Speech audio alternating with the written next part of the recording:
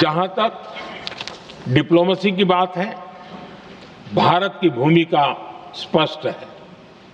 शुरुआत से ही हमने इस संघर्ष को लेकर अपनी गहरी चिंता व्यक्त की है।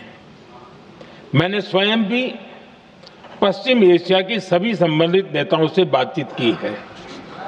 मैंने सभी से तनाव को कम करने और इस संघर्ष को खत्म करने का आग्रह किया है। भारत ने नागरिकों, एनर्जी और ट्रांसपोर्ट से जुड़े इंफ्रास्ट्रक्चर पर हमलों का विरोध किया है। कमर्शियल जहाजों पर हमला और हॉर्मुज स्ट्रेट जैसे अंतर्राष्ट्रीय जलमार्ग में रुकावट अस्वीकार्य है। भारत डिप्लोमेसी के जरिए युद्ध के इस माहौल में भी भारतीय जहाजों के सुरक्षित आवागमन के लिए निरंतर प्रयास कर रहा है। अध्यक्ष महोदय, भारत हमेशा से ही मानवता के हित में और शांति के पक्ष में अपनी आवाज उठाता रहा है। मैं फिर कहूंगा कि बातचीत और कूटनीति ही इस समस्या का समाधान है। हमारे हर प्रयास तनाव को कम करने, इस संघर्ष को समाप्त करने के लिए है। इस युद्ध में किसी के भी जीवन पर संकट मानवता के हित में नहीं है। इसलिए भारत का प्रयास सभी पक्षों को जल्द से जल्द शांतिपूर्ण समाधान के लिए प्रोत्साहित करने का है। अध्यक्ष जी, जब ऐसे संकट आते हैं तो कुछ तत्व इसका गलत फायदा उठाने की कोशिश भी करते हैं। इसलिए कानून व्यवस्था सुनिश्चित करने वाली सभी एजेंसियों को अलर्ट पर रखा गया है।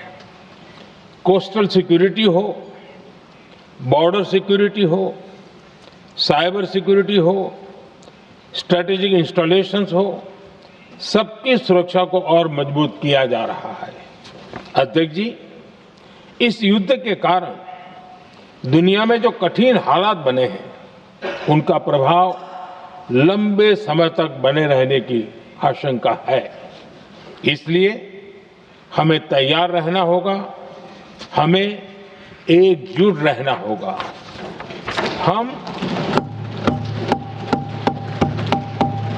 हम कोरोना के समय भी एकजुटता से ऐसी चुनौतियों का सामना कर चुके हैं। अब हमें फिर से उसी तरह तैयार रहने की आवश्यकता है। धीरज के साथ, संयम के साथ, शांत मन से हमें हर चुनौती का मुकाबला करना है। और यही हमारी पहचान है, यही हमारी ताकत है। और हां, हमें बहुत सावधान और सतर्क भी रहना है। हालात का फायदा उठाने वाले झूठ फैलाने का प्रयास करेंगे, ऐसे लोगों की कोशिशों को सफल नहीं होने देना है।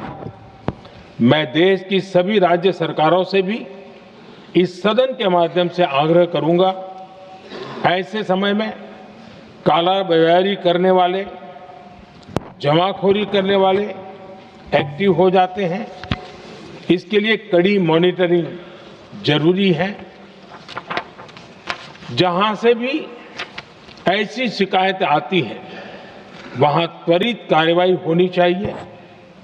देश की हर सरकार और देश का हर नागरिक जब मिलकर चलेंगे तो हम हर चुनौती को चुनौती दे सकते हैं।